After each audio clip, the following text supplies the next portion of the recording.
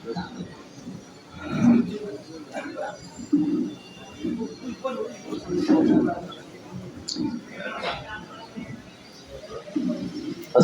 عليكم ورحمة الله وبركاته. الحمد لله رب العالمين والصلاة والسلام على سيد المرسلين خاتم النبيين محمد وآله وصحبه أجمعين أما بعد. পশ্চিমবঙ্গ ইমাম মুয়াজ্জিন সংগঠনের পক্ষ থেকে আহুত আজকের এই সভা নানা বিষয়ে অবগত হয়ে আমি বুঝলাম যে ভীষণই গুরুত্বপূর্ণ আজকের এই সভা। বিষয়ের বৈচিত্র্য তো আছে, সেই সঙ্গে সঙ্গে মূল বিষয়টা নিয়ে অনেক কিছু আলোচনা হয়েছে। পারঙ্গম বক্তারা বক্তব্য রেখেছেন, তাদের সমস্যার কথা তুলে ধরেছেন, সমাধানের দিক দর্শনও তারা দিয়েছেন। আমি এই মুহূর্তে আপনাদের খিদমতে তাদেরই আদেশকে শিরোধার্য করে কয়েকটি কথা আরোপ করতে চাইছি। মনে রাখতে হবে, ইসলাম ধর্মে মসজিদের গুরুত্ব একটা দেশের পার্লামেন্টের প্রায় কাছাকাছি। অর্থাৎ যে জনপদে মসজিদ অবস্থিত, সেই জনপদের ধার্মিক, ব্যবহারিক এবং নৈতিক বিষয়সমূহের সুষ্ঠু সমাধানের হোতা হলেন মসজিদের ইমাম।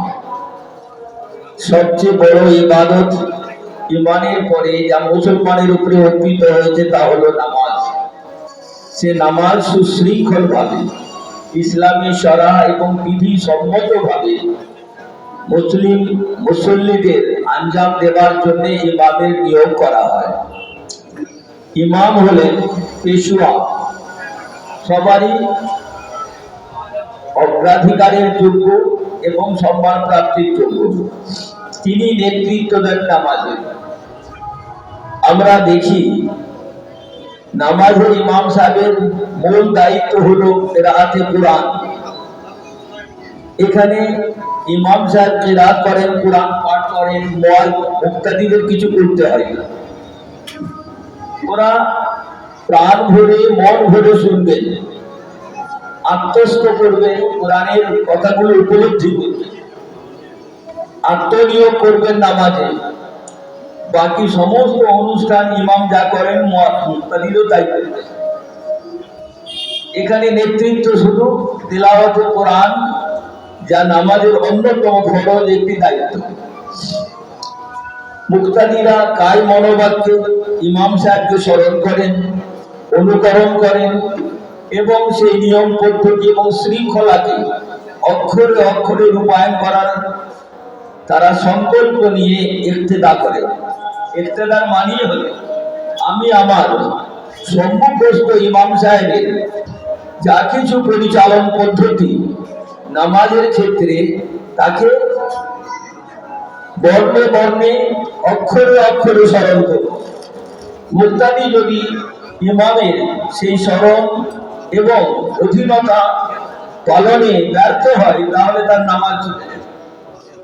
জামাতে নামাজ অন্যান্য যারা শরীক আছে তাদের হবে, কিন্তু যে নিয়ম লঙ্ঘন করল, ইমামের ইক্তেদা অনুসরণ করতে গিয়ে ব্যর্থ হলো, ইচ্ছাকৃত ভাবে হোক কিংবা অনিচ্ছাকৃত ভাবে হোক, তার নামাজে খুঁত এসে যাবে। সেই জন্যে ইমামের গুরুত্ব ইসলামে অপরিসীম, অজস্র। সেই ইমাম সাহেবদের আজকে সংগঠনের এই সভা, সংগঠনের নানা সমস্যা থাকে, একসঙ্গে কাজ করতে গেলে অনেকের কিছু সমস্যা থাকে, ভিন্ন ভিন্ন সমস্যা থাকে। সংগঠনের কর্তৃপক্ষকে সেগুলো সুষ্ঠুভাবে সমাধান করতে হয়, পারস্পরিক আলোচনার ভিত্তিতে সমাধানের পথ খুঁজতে হয়, যাতে করে সমন্বয় সাধন করে এই সংগঠনকে বাঁচিয়ে রাখা যায়। মতান্তর হবে, কিন্তু মনান্তর হলে সেই সংগঠন টিকে না। মতান্তর হবে, আমি একরকম বলবো, আপনি একরকম বলবেন, প্রত্যেকের চিন্তা ভাবনার স্তর আলাদা আলাদা হয়, ফলে মতান্তর তো হতেই পারে, কিন্তু মনান্তর হওয়া যাবে না। মন ভেঙে যাবে সংগঠনের পক্ষ থেকে, সেটা কিন্তু সংগঠনের জন্য খুব অশুভ লক্ষণ।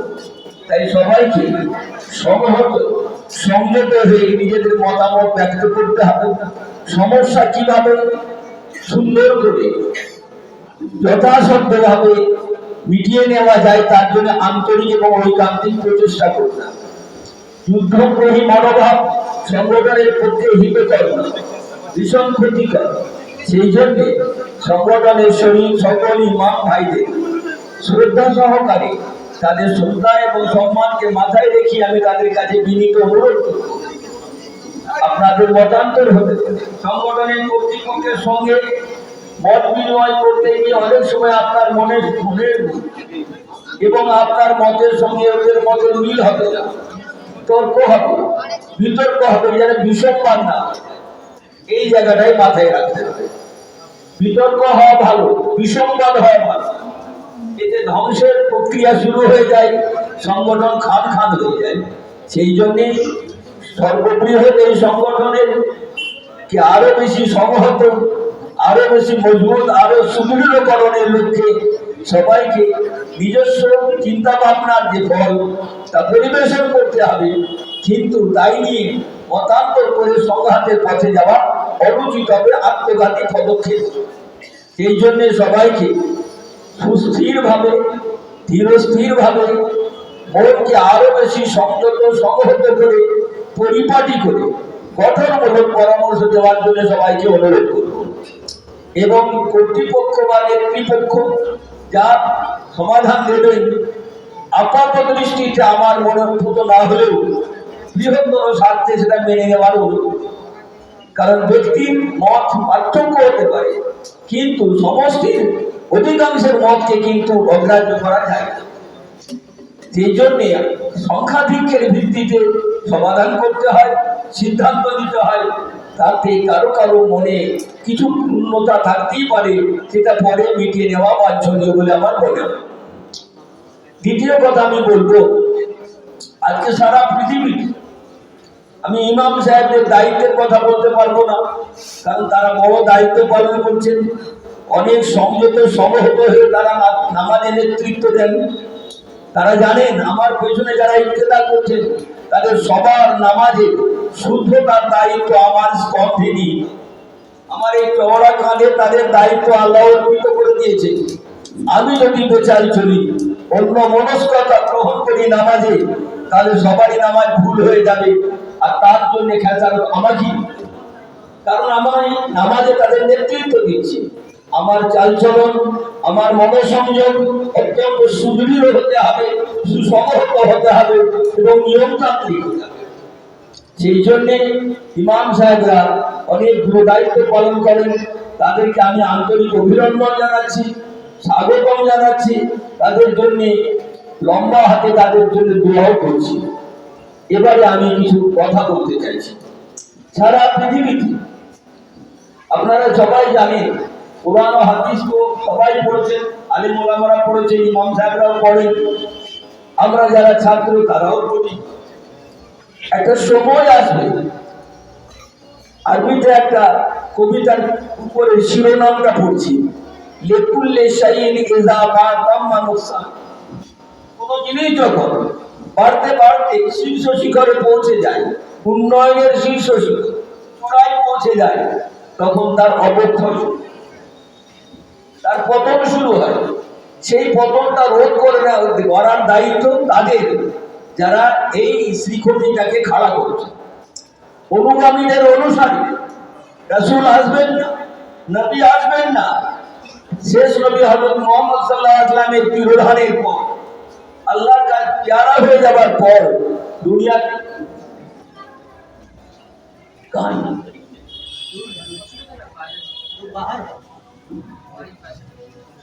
নবী আসবেন না, কিন্তু সমস্যা দেখা যায়। ইসলামের সর্বোচ্চ উন্নয়ন যে সময় হয়েছিল তারপর থেকে আস্তে আস্তে ক্ষয়িষ্ণুতা শুরু হয়েছে। ইসলামের নয়, মুসলমান তার চারিত্রিক, তার আদর্শগত যে উৎকর্ষতার দিক, সেই দিকে অবক্ষয় শুরু হয়েছে। সেই অবক্ষয় দেখে নিজেরাও ক্ষতিগ্রস্ত হয়েছি, অন্যরাও প্রাণিত হতে পারছে না। আকৃষ্ট হতে পারছে না। এই জায়গাটা আমাদের খুঁজে বার করতে হবে। তা কি করে আমরা যারা নামাজে নেতৃত্ব দিচ্ছি, আমরা যারা তাদের পেছনে অনুসরণ করে মুক্তাদি হয়ে দাঁড়াচ্ছি, সবাইকে মিলেমিশে এই দায়িত্বটা ভাগ করে দিতে হবে। এটা হলো এই যে আজ দুনিয়াতে দেখবেন ইক্তেদাদের 6 লাভ। ইক্তেদার মানে ধর্মচ্যুতি। যে ধর্মে আমরা বিশ্বাসী, যে ধর্মের আমরা ধারক, তার যে দৃঢ়তা, যে মূল শিকড়টা নিচে গিয়েছিল, তাতে প্রায় কিছু কিছু পছন্দ হচ্ছে, ফলে পলকা হয়ে যাচ্ছে ওই ধর্মের বৃক্ষের পুষ্টি, নড়বড়ে হয়ে যাচ্ছে। ধর্মের নয়, আমি ধার্মিকদের কথা বলছি। বলতে গিয়ে কখনো কখনো ধর্ম বলে ফেলছি, উদ্দেশ্য হলো ধার্মিক। ধর্ম তো তার জায়গায় কোরআন ও সুন্নাহ দুনিয়া থেকে কেউ মুছতে পারবে না, কিন্তু যাদের ধারণ করার কথা সেই কোরআন সুন্নাহ, এই ধারণ শক্তিটা দুর্বল, সেই রজ্জুটা দুর্বল হয়ে যাচ্ছে। ফলে ইক্তেদাদের একটা 6 লাভ দেখা দিচ্ছে। ইক্তেদার মানে ধর্মচ্যুতি বলবো না, ধর্মের অনুরাগ এবং আকর্ষণটা ক্রমশ আমাদের দুর্বল হয়ে যাচ্ছে। যে দৃঢ় হাতে ধর্মের রজ্জুটাকে ধরে থাকার কথা, আমাদের চলনে, আমাদের বলনে, আমাদের আচরণে, আমাদের ব্যবহারিক জীবনে ক্ষয়িষ্ণুতা শুরু হয়ে গেছে। এই ক্ষয়িষ্ণুতা বাহ্যিক নয়, বাইরে আপনি বুঝতে পারবেন না, টের পাবেন না, কিন্তু অন্তর্গত ভাবে, প্রচ্ছন্ন ভাবে যে ক্ষয় এবং অবক্ষয় তৈরি হয়েছে, তা রোধ করতে না পারলে কিন্তু চাক্ষুষ ভাবে অবনয়ন এবং বিচ্যুতি ধরা, সেটা হলো এই, একে বলে ইক্তেদারে ফিকরি।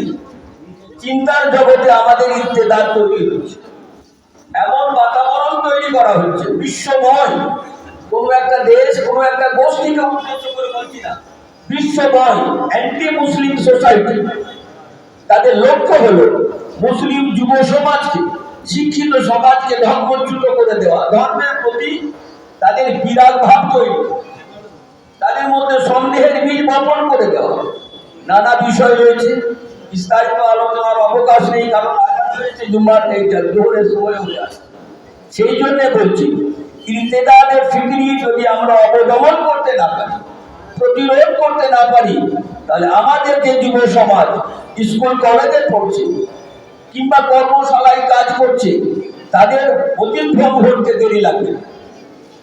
মৌলানা আবুল হাসান নাদভী রহমতুল্লাহ আলাইহি বারবার বলতেন যে আমার এই গুনাহগার চোখ দেখতে পাচ্ছি কি ক্ষিপ্র গতিতে ইক্তেদারের ফিকরি কাজ করে।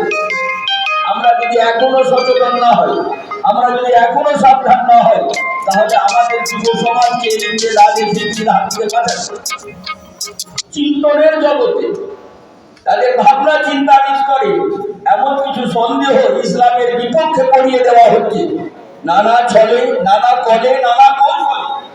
আমি তার পরিভাষাকে ব্যবহার করছি না, নানা ছলে, নানা কলে, নানা কৌশলে ওই সমাজকে ইসলাম বিদ্বেষী করে গড়ে তোলার চেষ্টা করা হচ্ছে। আপনারা যারা সংবাদপত্র পড়েন, নানা রকমের তথ্য সংগ্রহ করেন বিভিন্ন তথ্য মাধ্যমে, আপনারা বুঝতে পারছেন কেমন করে ওই সমাজকে বিভ্রান্তির বেড়াজালে জড়িয়ে দেওয়া। আপনারা লক্ষ্য করেছেন যে মেয়েদেরকে যে ইসলাম উত্তরাধিকার সূত্রে অংশ দিয়েছে, কেউ কেউ এমন বলছে যে অংশটা অন্যায্য হচ্ছে, অবিচারমূলক হচ্ছে, বৈষম্যমূলক হচ্ছে। কেউ বলছেন দেওয়াই উচিত নয়, কেউ বলছেন সবটাই দিয়ে দেওয়া উচিত। তারা বুঝে দেখছে না পরিবারের পরিচালনায় তাদের শ্লীলতা এবং শালীনতার বিপক্ষে কি পদক্ষেপ নেওয়া হচ্ছে ভাবার অবকাশ আমাদের। তাই বলছিলাম, আমাদের আইমা হযরত বন্ধুদের আমি অনুরোধ করব, আপনাদের সংগঠনকে আমি অনুরোধ করব, প্রত্যেকটা ইমাম সাহেবকে দায়িত্ব সচেতন হতে হবে। এই প্লাবনটাকে রোধ করার জন্য চিন্তা ভাবনা, সেই চিন্তা ভাবনার অনেক পথ রয়েছে। আমি এক্ষণে এই মুহূর্তে শুধু এইটুকু অনুরোধ করতে পারবো, ইমাম সাহেবরা যেমন তাদের দাবি দাওয়া নিয়ে সাংগঠনিকভাবে, ব্যক্তিগতভাবে, আঞ্চলিকভাবে উদ্যোগ নেবেন, তাদের সুখ দুঃখের কথা কর্তৃপক্ষকে জানাবেন, তার সমাধানের জন্য আপিল করবেন, সাংগঠনিকভাবে করবেন, ব্যক্তিগতভাবে করবেন, এই অধিকার তাদের রয়েছে। কিন্তু যারা তার পেছনে ইক্তেদা করছে, তাদের বাড়ির কচি কাজাদের ভবিষ্যৎটাকে, যারা ইক্তেদা করছে, অনুসরণ করছে নামাজে ইমামকে, অনুকরণ করে নামাজ পড়ছে, দায়িত্ব ইমামের হাতে সমর্পণ করে দিয়েছে নিজের নামাজের মতো মহত্তম ইবাদতের, সেই শিক্ষিত, অশিক্ষিত, অর্ধশিক্ষিত, চাষবাস করা মানুষ, কলকারখানায় কাজ করা মানুষ, দৈনিক শ্রমজীবিতার সঙ্গে যুক্ত যারা, তারা সবাই তো আছে। ইংরেজি শিক্ষিত মানুষরাও আছেন। তাদের বাচ্চাদের ইসলামিক ভবিষ্যতের ব্যাপারটা কে ভাবে? তারা তো ইসলাম সম্পর্কে তেমন অবগত নয়। কি করে তার ইমানটা বাঁচবে, ইমানের অবক্ষয়কে রোধ করা যাবে এবং খোলা জল ঢোকানোর যে অপপ্রয়াস হচ্ছে এবং প্রচেষ্টা হচ্ছে তাকে রোধ করবে, এই জ্ঞান তো তাদের নেই। ইমাম সাহেবদের আছে। তাই তাদের কাছে আমার বিনীত অনুরোধ, অনেক উপায় আছে, তার মধ্যে একটা সহজ এবং সরল উপায় হলো এই মসজিদ কেন্দ্রিক মক্তব। প্রাথমিক এবং মৌলিক দ্বীনি শিক্ষার একটা পাঠশালা তৈরি। ইমাম সাহেব সব জায়গাতেই পয়সা নিতে হবে, এটাকে জরুরি না মনে মসজিদের পক্ষ থেকে এবং সংগঠনের পক্ষ থেকে দাবি দেওয়া করে যে জায়গা থেকে ওদের কিছু সাম্মানিক দেওয়া হয়, আমি বলছি না যেটা যথেষ্ট, আরো দেওয়ার দরকার। ওরা নিজেরাই উপলব্ধি করছেন, তার জন্য সংগ্রাম করছে, আমি সেই বিষয়ে যাচ্ছি না। আমি শুধু বলবো, যাদের আপনারা নেতৃত্ব দিচ্ছেন মহামান্য ইমাম হিসাবে, তারা আপনার যারা অনুসরণ করেন, সেই সমস্ত মানুষদের, ঘরের বাচ্চাদের এবং ছেলেদের এবং মেয়েদের ইসলামী ভবিষ্যৎটাকে ধরে রাখার জন্য আপনাদের কিছু করণীয় থাকতে পারে। আপনারা যদি দয়া করে এটা ভাবেন, বক্তব্যের আকারই শুরু করেন, আকীদার বিষয়টা, আকায়েদে ইসলামিয়ার বাংলায় যে সমস্ত বই রয়েছে, বিশুদ্ধ বই, কি করে ঈমান থাকবে, কি করে ঘোলা জল ঢুকবে না, শিরক আসবে না, এবং শেষ নবী মুহাম্মদ রাসূলুল্লাহ প্রয়াত হওয়ার পর, আল্লাহর পিয়ারা হয়ে যাওয়ার পর নানা ছলে বলে নতুন নতুন নবীর আবির্ভাব হচ্ছে। আমি তাদের নাম করে আমি নিজের জীবকে কলুষিত করতে চাইছি না। আপনারা বিজ্ঞ মানুষ, সচেতন মানুষ, জানেন যদি রাসূলুল্লাহ বলেন আনা খাতামুন নবী লা নবিয়্যা বা'দ, আমি শেষ নবী, আমার পরে কেউ নবী আসবে না, এই দায়িত্বহীন তার উক্তি সত্ত্বেও যারা যারা বলছেন আমরা অমক নামে নবী, প্রচ্ছন্ন নবী, প্রকাশ্য নবী, অনুষঙ্গ নবী ইত্যাদি ইত্যাদি করে যদি তৌহিদে কেউ এতটুকু মিশেল দেয়, মিশ্রণ ঘটায়, আল্লাহ ছাড়া খাওয়ানেওয়ালা আর কেউ আছে, শিক্ষা দেনেওয়ালা আর কেউ আছে, এটা শিরক হবে না? হবে। এটা যদি শিরক হয়, একাধিক নবীর কল্পনা যদি রাসূলুল্লাহর পরেও কল্পনা করা হয়, কাউকে অনুসরণ করা হয়, তাহলে রিসালাতে শিরক আছে। যেমন আল্লাহর জাতে শিরক হারাম, এমনি রিসালাতে শিরক কত হারাম। ঈমান থাকে না, ওটা ঈমান নষ্ট হয়ে যায়। তাই আমাদের সেই সমস্ত ভবিষ্যৎ প্রজন্ম যারা আমাদের মুসল্লিদের কন্যা এবং পুত্র, যাদের পাঠশালায় পড়ে এই বিষয়গুলো অবগত হওয়ার সুযোগ আছে, আপনাদের কল্যাণে এবং দৌলতে আপনাদের কাছে অনুরোধ করব, প্রত্যেকটা মসজিদে ইমাম সাহেব ভাই তিনি দয়া করে মহল্লার লোকেদের নিয়ে একটি সুন্দর ছোট্ট আদর্শ বক্তব্য করুন। বৈতনিক হোক কিংবা অবৈতনিক, যে প্রকারই হোক না কেন, একটা বক্তব্য করুন। কোরআন পাক সহি করে পড়তে শেখান, আকায়েদের বিষয়টা ভালো করে শেখান। মশলা ওরা পড়ে শিখে নেবে, কিন্তু আকীদা যদি নষ্ট হয়ে যায় মশলায় কাজ হবে না। গোশত যদি দুর্গন্ধ হয়ে যায়, মশলা দিয়ে তার দুর্গন্ধ মেটাতে পারবেন না। সেই জন্য এই শেষ অনুরোধটা রেখে আপনাদের কাছ থেকে আমি আমার বক্তব্য এখানে শেষ করতে চাইছি। ওমা তৌফিকি ইল্লা বিল্লাহ। আসসালামু আলাইকুম। बहुत बहुत शुक्रिया।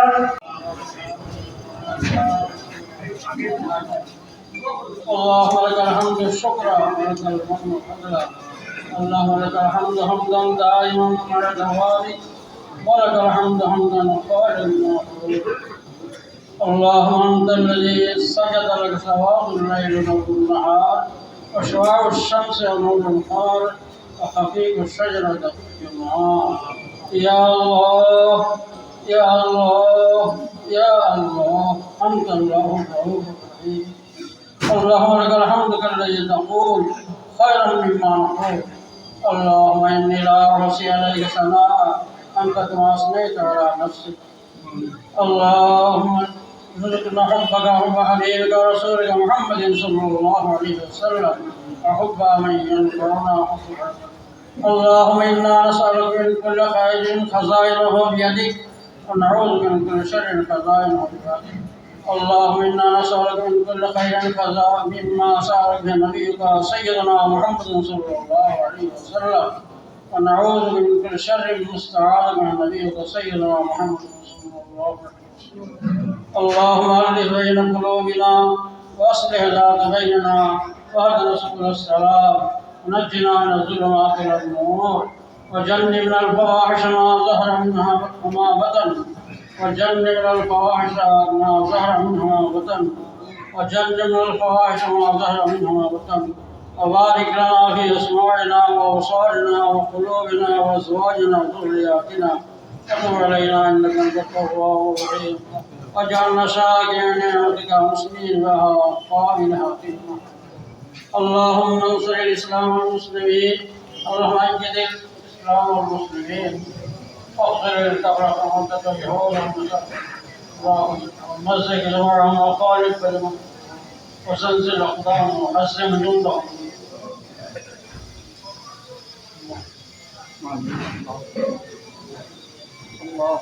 الله أقل ما نشكر بسم الله مغفرة الله هداية الله جاغور باشر برحم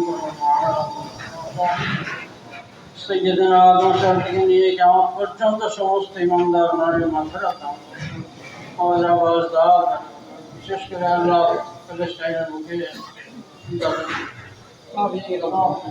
আল্লাহ সেই শহীদদের রক্ত আপনি বরকত দান করুন। আল্লাহ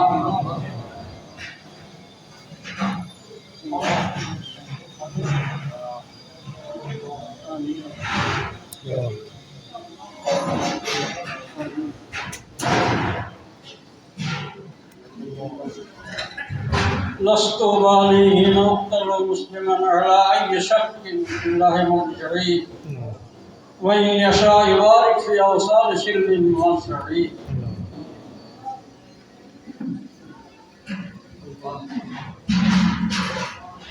اللهم إنا نسألك ثواب الشاكرين نزل المقربين ومرافقة النبيين ويقين الصديقين ذلة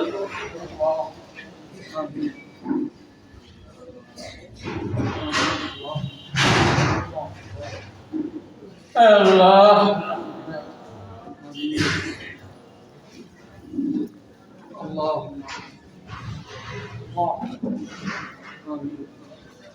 الله تشفق في মানুষকে আল্লাহ ইমান রাখে। আমিন।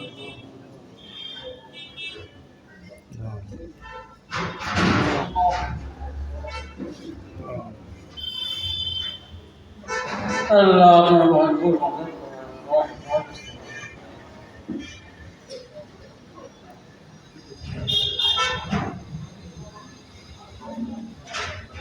ربنا اغفر لنا ذنوبنا واسرافنا في امرنا وثبت اقدامنا وانصرنا.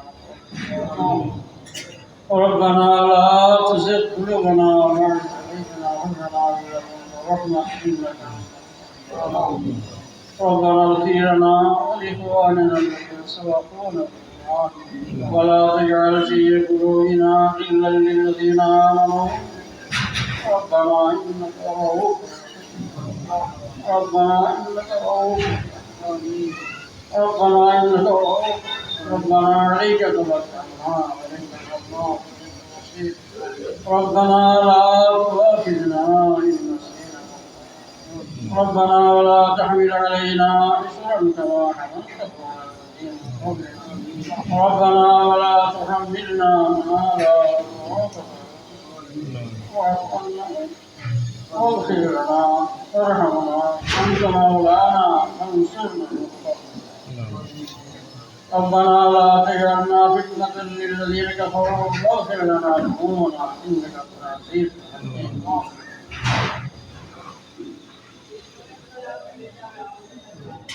ربنا تقبل منا إنك أنت السميع العليم وتب علينا إنك أنت التواب الرحيم بحرمة النبيين والصديقين وشهداء والصالحين بحرمة السيد الأبرار سيدنا شفيعنا حبيبنا ونبينا محمد وصلى الله تعالى على خلقه سيدنا مولانا محمد وعلى آله وصحبه وأزواجه وذرياته أهل بيته وعلى المؤمنين. سبحان ربك رب العزة عما يصفون وسلام على المرسلين الحمد لله رب العالمين. سبحان الله وبحمده سبحانك اللهم وبحمدك সময় খুব কম, মেন কথাগুলো বলার দরকার। আমাদের সভাপতি সাহেব বলছিলেন যে আমাদের এই যে সংগঠন রাজ্যের সব থেকে বড় সংগঠন। একটা সময় পশ্চিমবঙ্গের দুর্ভাগ্য হলেও ইমাম মুয়াজ্জিনের অনেকগুলো সংগঠন হয়ে গেছে। সরকারের কাছে দাবি পেশ করলে পরে ওরা বিভ্রান্ত হচ্ছিল। তা আমরা উদ্যোগ নিয়ে যে সারা রাজ্যটাকে এক করতে হবে, এই মর্মে আলহামদুলিল্লাহ আমরা সাকসেস হতে চলেছি আপনাদের দোয়ায়। একটাই রাজ্যে এখন সংগঠন বিরাজ করছে, সব থেকে বড়, প্রায় 60,000-এর কাছাকাছি মেম্বার আমাদের এই সংগঠনে। সাগর থেকে পাহাড়, দার্জিলিং থেকে একদম কাকদ্বীপ পর্যন্ত 22টা জেলাতে আলহামদুলিল্লাহ আমাদের সংগঠনের কমিটি গঠন হয়েছে। স্ট্রংলি রাজ্য কমিটি হয়েছে, রাজ্যে অফিস হয়েছে, কলকাতায় অফিস হয়েছে, জেলায় জেলায় আলহামদুলিল্লাহ অফিস হয়েছে। আবার মুর্শিদাবাদে আমরা ঝাঁচক থেকে 2তলা অফিস করেছি আলহামদুলিল্লাহ। এরকম 310টা ব্লকে আলহামদুলিল্লাহ আমরা সংগঠন মেহনত করে করে এই জায়গায় নিয়ে গেছি। প্রোগ্রাম প্রত্যেক জেলাতে জেলাতে শুরু হয়েছে, এরপরে দক্ষিণ দিনাজপুর, এবং আমরা একটা খুব বড় প্রোগ্রাম হাতে নিচ্ছি। আপনাদের সমর্থন আমরা চাইছি এবং মতামত আপনারা দেবেন। এরপরে জেলা রাজ্যে আলোচনা হবে, সেটা হচ্ছে যে ইন্টারন্যাশনাল কেরাত কম্পিটিশন, অর্থাৎ কোনো একটা বড় কিছু করা, সেটা যেন চোখে পড়ে, সাথে সাথে সংগঠন প্রচার প্রসার হয়, মজবুত হয়। তার জন্য আমরা একটা ভাবনা ভেবেছি যে কলকাতার বাক্সার কাছে বিশাল বড় অঙ্কুরে এবং সারা পৃথিবী থেকে, মক্কা থেকে, দুবাই থেকে, মিশর থেকে, ইন্দোনেশিয়া, মালয়েশিয়া, বাংলাদেশ থেকে তারা বিখ্যাত বিখ্যাত কারি সাহেবরা আসবে এবং সর্বভারতীয় স্তরে, যেটা ফুরফুরা শরীফে সিদ্দিকী সাহেবের ওখানে হয় যে পশ্চিমবঙ্গ জুড়ে কোরআন কম্পিটিশন, কেরাত প্রতিযোগিতা, তা আমরা বাংলা জুড়ে না, আমরা অল ইন্ডিয়া জুড়ে সারা ভারত ব্যাপী একটা কোরআন কম্পিটিশন হবে। তো এই নিয়ে আমাদের আলোচনা চলছে। আমরা আশা করি আপনারা একটু সাপোর্ট করবেন, পরে আপনাদের সহযোগিতা নেওয়া হবে, ইনশাল্লাহ আপনার সাথে থাকবেন। আর সংগঠনের শ্রীবৃদ্ধির জন্য, দেখুন সংগঠন, আমরা সংগঠন থেকে এসেছি, সংগঠনের কথা বলা দরকার। সেই জন্য আপনাদের অ্যাকচুয়ালি দেখুন, যদি ইমাম মুয়াজ্জিনদের সংগঠন ইমাম মুয়াজ্জিনদের কল্যাণের জন্য না ভাবে, তাহলে তো এই সংগঠন করে লাভ নেই। অনেক সংগঠন আছে, বড় বড় সংগঠন আছে, তারা মাইনরিটি মুসলিমদের বিভিন্ন সমস্যা তারা দেখে। জমিয়াতে উলামা হিন্দ এক ধরনের কাজ করছে, দাওয়াত তাবলীগ কাজ করছে, সবাই আপনার কাজ করছে। কিন্তু আমাদের যে সংগঠন ইমাম মুয়াজ্জিনদের সার্বিক কল্যাণার্থে, তাদের মাথাপিছু ইনকাম, আয় বাড়ানো, তাদের আইডেন্টিটি, অর্থাৎ তাদের জন্য প্রত্যেকের জন্য পরিচয়পত্র হয়, তার জন্য কাজ করা, তাদের ছেলে মেয়েদের জন্য পড়াশোনা থেকে শুরু করে অনেক কিছু ভাবনা, সেই সমস্ত ভাবনাগুলো নিয়ে হচ্ছে এই সংগঠনের কাজ করা। তার জন্য আমরা আগামী 3 বছরের একটা টার্ম নিয়েছি। রাজ্য কমিটি থেকে যে ডিসিশন হয়ে যেগুলো হয়েছে আপনাদের একটু শোনাচ্ছি, আপনারা শুনবেন, ভালো লাগবে যে আমরা আগামীতে এই সংগঠন থেকে কি কি করতে চলেছি। 1 নম্বর হচ্ছে আগামী 6 মাসের মধ্যে সংগঠনের সঙ্গে যুক্ত সকল ইমাম মুয়াজ্জিনদের পরিচয়পত্র প্রদান করা হবে সংগঠনের পক্ষ থেকে। এটা 6 মাসের মধ্যে প্রত্যেক মেম্বার যারা সংগঠনে যুক্ত হবে তাদের একটা আইডেন্টি কার্ড হওয়া দরকার, আইডেন্টি কার্ড করা হবে। আগামী 3 মাসের মধ্যে সদস্য সংগ্রহ অভিযান সম্পন্ন করা হবে। আমরা রাজ্য থেকে জেলা, জেলা থেকে ব্লক ওয়াইজ সদস্য মেম্বারশিপ ফর্ম আমরা দিয়ে দিচ্ছি। আপনারা সেটা ফিল করে অবশ্যই সেটা জমা দেবেন, কারণ ওইখান থেকে ডাটা নিয়ে আমাদের অনেক উপকার করতে পারবো আপনাদেরকে। 3 নম্বর, আজ থেকে সারা বাংলার ইমাম মুয়াজ্জিনদের জন্য একটা পরিষেবা ঘোষণা করা হচ্ছে। সেটা হচ্ছে আল্লাহ তাআলা ওনার হায়াতে তৈবা বাড়িয়ে দেখ এবং ওনার আব্বাকে জান্নাতুল ফিরদৌস দান করুক। আমাদের সংগঠনের যিনি প্রথম ফাউন্ডার চেয়ারম্যান ছিলেন আলহাজ আহমদ ওয়াসি সাহেব, তার সুযোগ্য পুত্র সাব্বির আলী ওয়াসি সাহেব এখানে এসেছেন, বক্তব্য রাখবেন। পাশে মুস্তাফিজ হাশমি ভাইস চেয়ারম্যান, উনিও আমাদের শুরু থেকে যুক্ত আছেন। এই দুজনের মেহনতে আমরা আপনাদের জন্য একটা টোল ফ্রি নাম্বারের মতো একটা আমাদের অফিসিয়ালি নাম্বার সার্কুলেট করছি। কি উদ্দেশ্য হচ্ছে অনেক ইমাম মুয়াজ্জিনদের বিভিন্ন সমস্যা থাকে, সেগুলো সঠিক জায়গায় বলতে পারেন না।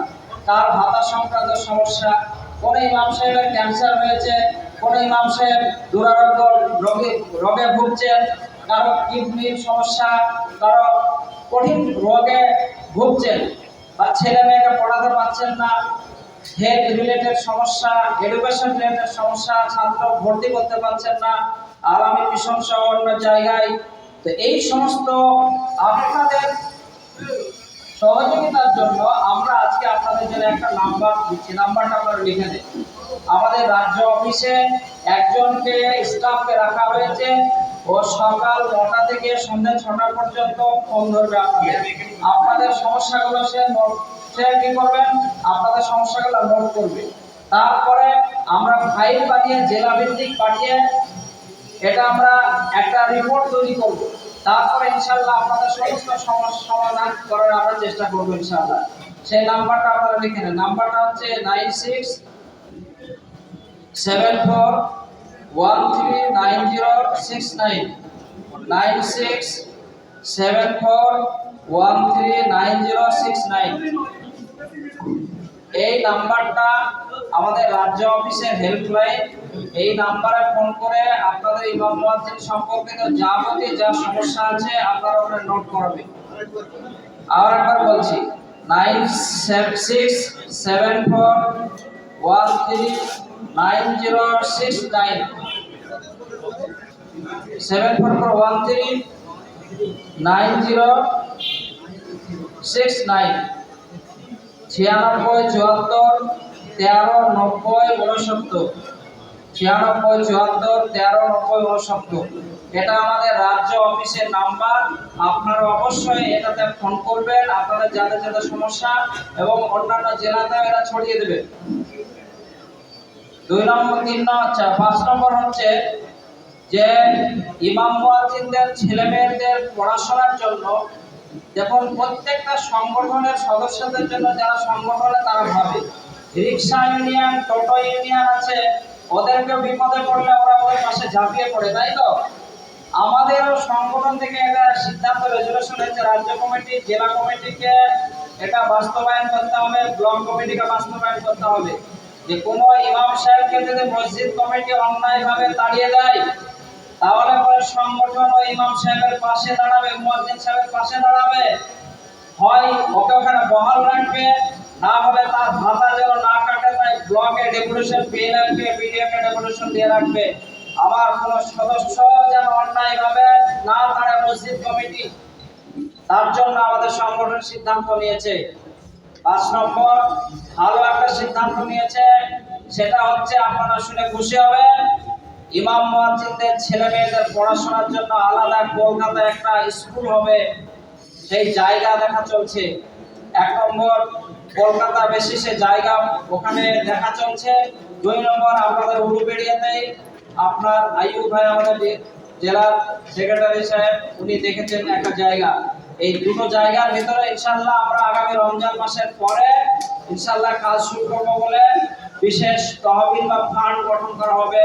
আমাদের রাজ্যের যারা আছেন তারা একদম আশ্বস্ত করেছেন এবং রাজ্যের সিদ্ধান্ত হয়েছে আপনারা পাশে থাকবেন, যেভাবে আপনাদের সহযোগিতা চাওয়া হবে ইনশাআল্লাহ আপনার সাথে আছেন তো।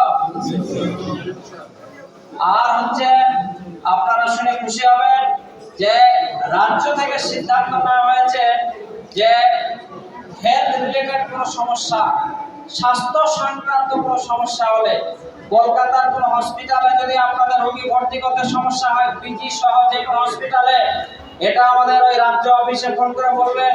আমাদের রাজ্যের মুস্তাফিজ হাশমি সাহেব উনি বলবেন, উনি আমাদের দায়িত্বে আছেন ওই চার্জে, ওই সাইটটা দেখছেন। আপনাদের পাশে আমাদের সংগঠন আছে, ইনশাআল্লাহ কোনো সমস্যা হবে না। সেই জন্য আমাদের রাজ্য সংগঠন সিদ্ধান্ত নিয়েছে একটি লিগ্যাল সেল গঠন করা।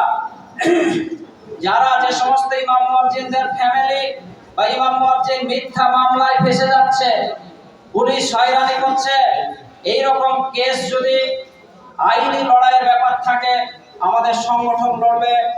সেইটা হাইকোর্টে আমাদের একটা উকিলের প্যানেল হয়েছে, সুপ্রিম কোর্টে আমাদের উকিলের প্যানেল আছে। আপনাদের সমস্যা হলে জেলার মাধ্যমে রাজ্যের কাছে পাঠাবে, ইনশাআল্লাহ আপনাদের পাশে আমাদের সংগঠন থাকবে। আমাদের সিদ্ধান্ত হয়েছে ইমাম মুয়াজ্জিনদের যে ভাতা বৃদ্ধির জন্য আন্দোলন চালিয়ে যেতে হবে। আমরা গত 21 তারিখে যে সভাটা করেছিলাম 90% লোক আমরা দিয়েছিলাম, কিন্তু দুঃখ আমাদের সাথে কিছু ধোঁকাবাজি হয়েছে। যারা মূল কলকাতা কিছু অর্গানাইজার ছিল তারা কিন্তু ধোঁকাবাজি অনেকটা করেছে। আগামীতে ইনশাআল্লাহ আমরা স্বতন্ত্রভাবে সমাবেশ করে ইনশাআল্লাহ আপনাদের জন্য লড়াই করব, আমাদের সিদ্ধান্ত হয়েছে। তো সেই জন্য নেতাবৃন্দ বলে না, আমরা গণতান্ত্রিক পদ্ধতিতে অন্যভাবে করব, ওখানে আমরা আপনাদের কাছে ক্ষমা চাইছি। যেটা একটা ধোঁকাবাজি হয়েছে আমরা স্বীকার করছি, আর ওই সব বিষয়ে আমরা বলছি না। ইনশাআল্লাহ চেষ্টা যাচ্ছি। দেখুন, সরকারের কাছে আমরা দাবি জানিয়ে যাচ্ছি, সরকারের দায়িত্ব আমরা প্রেসার দেব, আমাদের সংগঠনকে মজবুত করা দরকার। সেই জন্য আর একটা সিদ্ধান্ত নিয়েছে রাজ্য কমিটি, সেটা হচ্ছে সরকার শুধু ইমাম ভাতা বাড়াবে তা না। আমাদের মুস্তাফিজ হাশমি ভাই খুব দামি কথা বলেন, ইমাম সাহেবের পিছনে নামাজ পড়ে সরকার জান্নাতে যাবে না, জান্নাতে যাবে কারা ভাই? মুসল্লিরা, তাই তো? তো মুসল্লি মসজিদ কমিটি তাদেরও একটা দায়িত্ব থাকে। একটা গরিব ইমাম মাসে মাত্র 5-7 হাজার টাকায় কি হয়? মসজিদ কমিটির লোকে যারা সেক্রেটারি সভাপতি তাদের সংসার খরচ, তাদের ছেলে মেয়েকে ওরা ভালো করে পড়াচ্ছে, আর একটা ইমাম সাহেব তার ছেলে মেয়েকে ভালো করে পড়াবে না? তাকে উপযুক্ত বেতন দিতে হবে, তার থাকার জায়গা ভালো করতে হবে। তার জন্য আমাদের একটা অভিযান চালাচ্ছি আমরা রাজ্য কমিটি থেকে। প্রত্যেকটা মসজিদ কমিটির কাছে আমরা চিঠি পাঠাবো ইনশাআল্লাহ, এই সামনে মাস থেকে সিদ্ধান্ত হয়েছে। আপনারা ওই চিঠিটা কমিটির হাতে তুলে দেবেন, পারলে পরে মসজিদে পড়ে শোনাবেন। রাজ্য থেকে আপনাদের কাছে আবেদন এসেছে, ইনশাআল্লাহ শোনাবেন তো নাকি? একদম আমরা আপনাদের পাশে, সংগঠন শক্তিশালী ভাবে আছে, আপনারা শক্তিশালী ভাবে থাকেন। আমাদের আইয়ুব ভাই খুব ভালো কাজ করছেন, খায়রুল বাশার ভাইদের টিম আছে, আপনারা সঙ্গে থাকেন, ইনশাআল্লাহ অনেক কাজ হবে। এবং আর একটা সিদ্ধান্ত হয়েছে, সেটা হচ্ছে শুক্রবারে যে আমরা খুতবা দিই, যে বক্তব্য, সেইটা আমাদের সংগঠন থেকে পিডিএফ আকারে বিষয়ভিত্তিক বক্তব্য বয়ান আপনাদের কাছে পাঠিয়ে দেওয়া হবে ইনশাআল্লাহ। সেই জন্য আপনাদের সংগঠনের হোয়াটসঅ্যাপ গ্রুপ করতে হবে, প্রত্যেক ব্লকে, জেলার, অঞ্চলের হোয়াটসঅ্যাপ গ্রুপ করে আপনারা কানেক্টেড হন, ঐক্যবদ্ধ থাকুন।